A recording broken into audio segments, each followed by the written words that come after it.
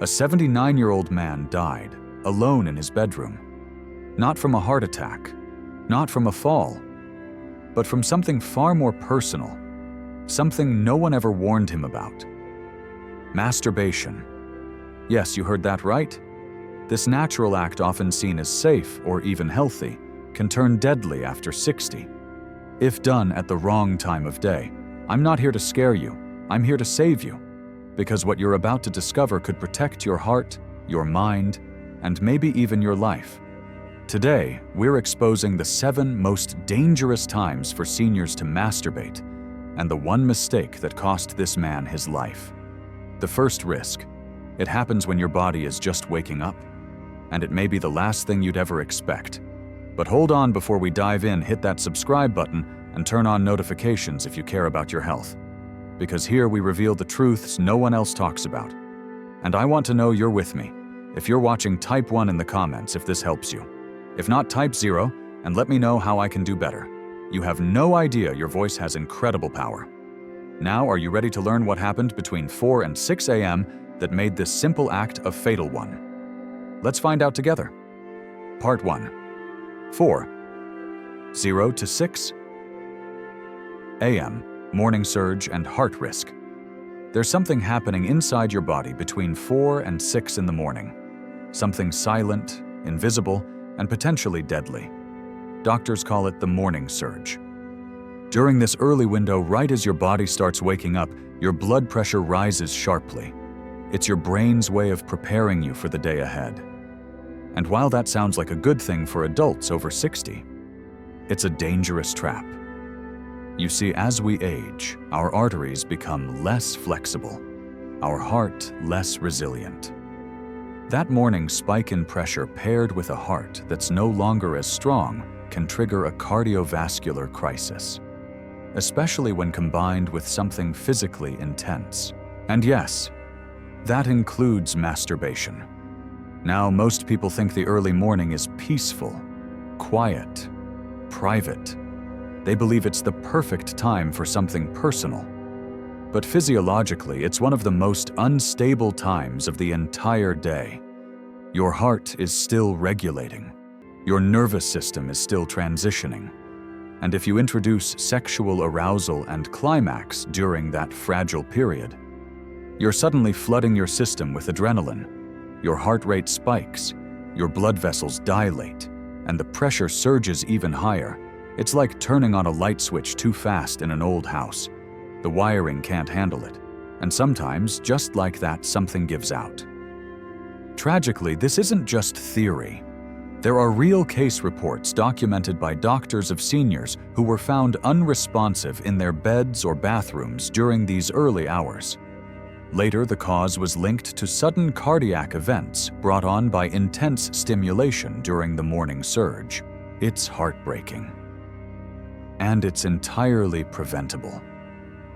So what can you do? Simple. Give your body time. Allow your systems to fully wake up before you engage in anything that puts stress on the heart.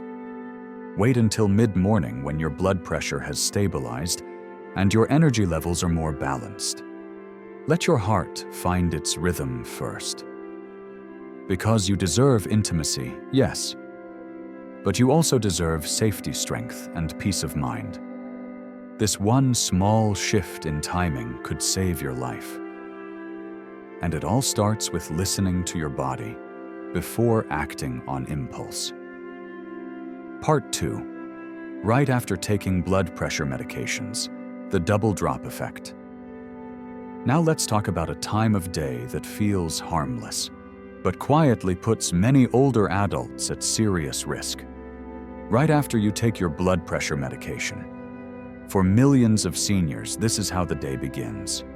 You wake up, take your pills, maybe with some water, and get on with your routine. But what you may not realize is that the effects of those medications don't stay quiet.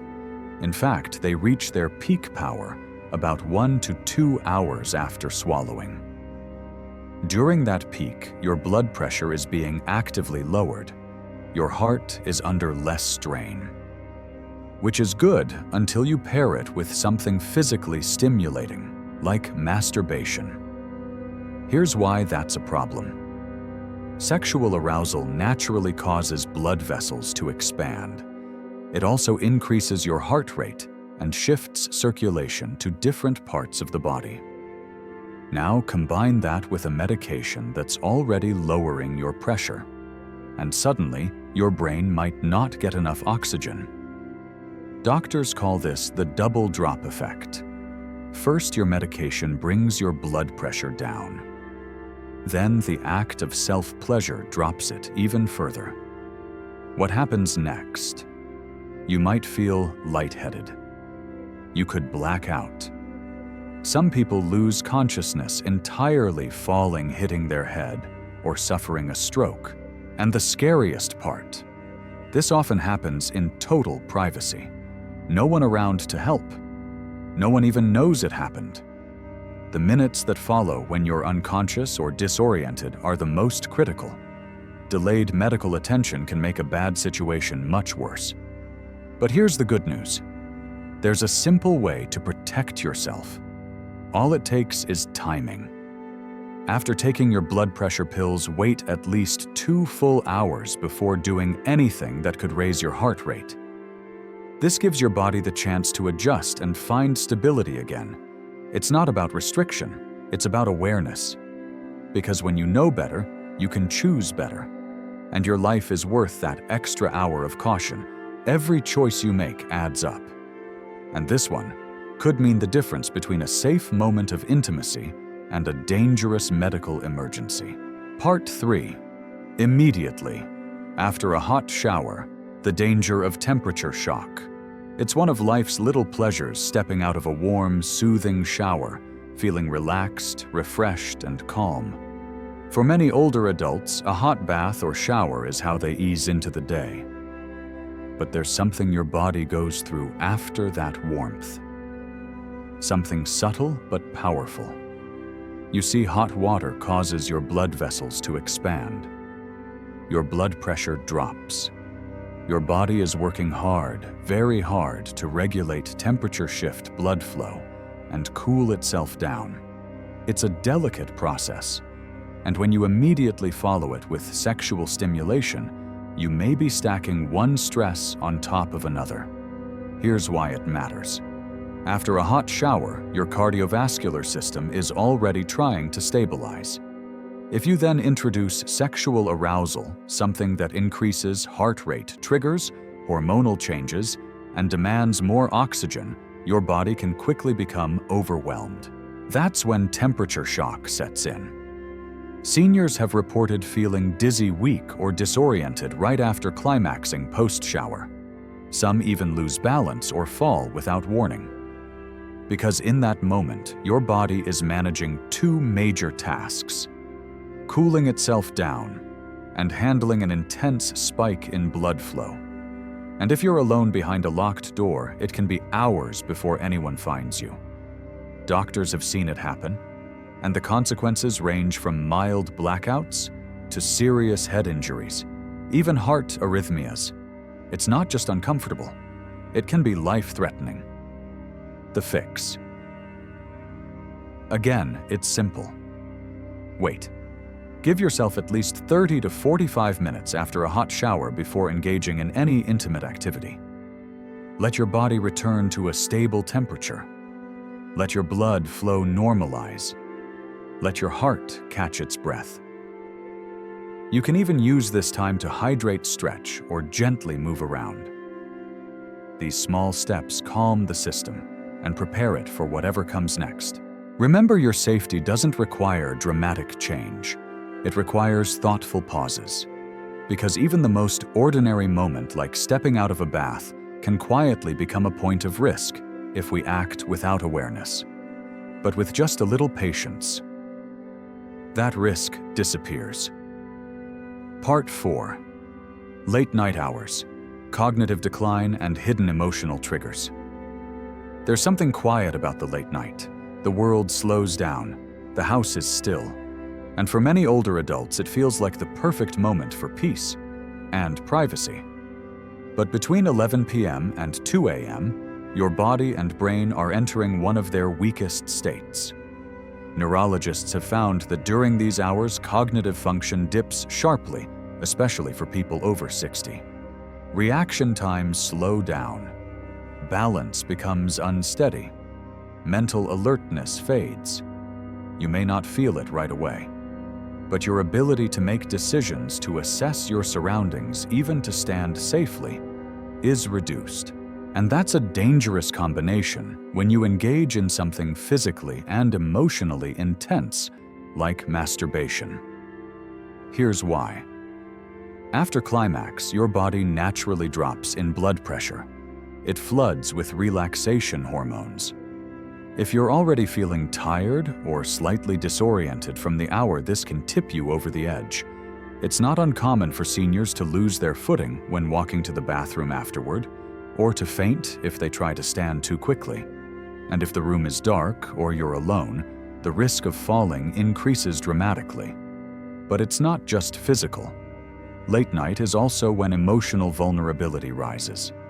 Feelings of loneliness, sadness, or old grief tend to surface more easily after midnight. Some turn to self-pleasure, not for joy, but to numb what they're feeling. And while it may offer brief relief, it often leaves behind a deeper sense of emptiness. You see, when the motivation comes from pain rather than peace, the emotional aftermath can feel heavier than before. That's why experts suggest shifting any intimate activity to earlier in the day, when your body is stronger, your mind is sharper, and your emotions are more balanced. And if you find yourself repeatedly drawn to late-night habits that leave you feeling worse afterward, that may be a sign your heart is asking for something else entirely. Maybe it's connection, maybe it's conversation, maybe it's comfort that no physical act can truly replace. The body speaks softly at night, but it always speaks with truth. And when we listen, we don't just avoid danger, we discover what we truly need. Part 5. When dehydrated, how low fluid levels can trigger collapses. Most people wake up feeling a little thirsty, but for older adults, that mild morning thirst is more than just a small inconvenience. It's a sign your body is already operating at a deficit. After 7 or 8 hours of sleep without a single sip of water, your system is mildly dehydrated. Your blood becomes thicker, your circulation slows, and your brain muscles and heart are all running on limited fluid. Now picture this. In that state, you decide to engage in something stimulating. Your heart rate climbs, blood vessels expand, your body demands more oxygen, more blood flow, more energy. But without proper hydration, your system can't keep up. That's when a condition called orthostatic hypotension becomes a real threat. It's a sudden drop in blood pressure when you stand up or change positions. And it's one of the leading causes of dizziness and fainting in seniors. 1 minute you feel fine. The next, the room starts spinning. Your knees buckle. And if no one is there to catch you, what began as a quiet moment alone can turn into a medical emergency. What makes this even riskier is that many seniors masturbate in private. Behind closed doors, help may be far away. And the delay in care after a fall or blackout can make recovery harder and far more dangerous. So what's the solution? It's incredibly simple. Drink a full glass of water 15 to 20 minutes before any intimate activity. That one small habit restores fluid balance, supports steady circulation, and keeps oxygen flowing to your brain. It reduces your chances of collapsing, and it gives your body the foundation it needs to respond safely. Even better, keep a water bottle near your bed or bathroom. Make hydration part of your daily rhythm, not just something you remember when you're already lightheaded. This isn't about limiting yourself. It's about respecting your body's signals and giving it what it needs before asking it to give more. Hydration may seem like a minor thing, but in the moment when your heart is working harder, when your body is trying to keep up? That extra glass of water could be the reason you stay on your feet. Part 6. After long periods of sitting or lying down, circulation risks and sudden strain. You've been sitting for a while, maybe watching TV, reading a book, or just resting in bed. Your body feels calm, still even a little stiff. And then you decide to get up and engage in something stimulating. Seems harmless, right? But after long periods of being sedentary, your circulatory system doesn't respond as quickly as it used to, especially as we age. Blood tends to pool in the lower half of the body, mostly in the legs. And your heart and vessels need a few minutes to readjust before any kind of physical exertion. When you jump straight from resting to arousal, you're placing sudden demand on a system that's not quite ready. Your heart rate spikes. Blood is rapidly redirected. Your vessels are trying to constrict and expand at the same time. And the result? A sharp drop in blood pressure, followed by dizziness, weakness, or even blackout. This is one of the reasons older adults report feeling flushed, lightheaded, or unsteady when they move too quickly after resting. But when that moment includes sexual stimulation, the strain becomes even greater. And it's not just the risk of fainting.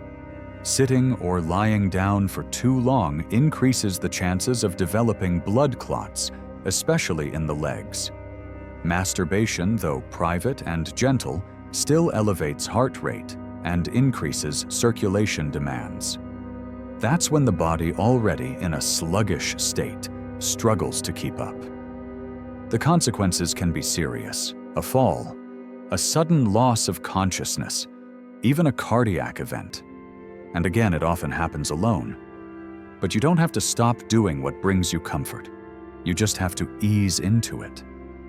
Before any activity, take a few minutes to gently wake your body. Stretch your arms, move your legs, walk around the room. Breathe deeply and slowly. Let your circulation find its rhythm again. Think of it like warming up an old car on a cold morning. You don't slam the gas pedal, you let the engine settle. Your body works the same way. With just a little movement, a little patience, you can turn a risky moment into a safe and even enjoyable one. Because your comfort matters, but so does your safety. Part 7. During emotional vulnerability, when loneliness can turn dangerous. There are moments when the body feels fine, but the heart carries a weight that words can't describe. Grief, loneliness, sadness. They don't always show on the outside, but they change everything on the inside. For many older adults, especially those living alone, these emotions become part of daily life. And during those quiet moments of emotional pain, some turn to self-pleasure, not for joy or intimacy, but to escape, to fill a space that feels too empty. Masturbation, when rooted in emotional vulnerability, becomes more than physical. It becomes coping. It becomes habit. It becomes something we reach for when we don't know what else to do. Now, let's be clear. There's nothing wrong with finding comfort in your own body. But when the motivation comes from emotional distress, it can create a cycle that slowly chips away at your well-being. Here's how it works. When you climax, your brain releases chemicals like dopamine and oxytocin. These create a temporary high, a sense of relief. But after the high fades, what's left? The loneliness, the grief, the ache that hasn't really gone anywhere. And over time, your brain begins to associate pleasure with escape. It craves that next hit of dopamine, not out of desire, but out of emotional need. This can quietly lead to dependence, not addiction in the traditional sense, but a deepening pattern of emotional avoidance.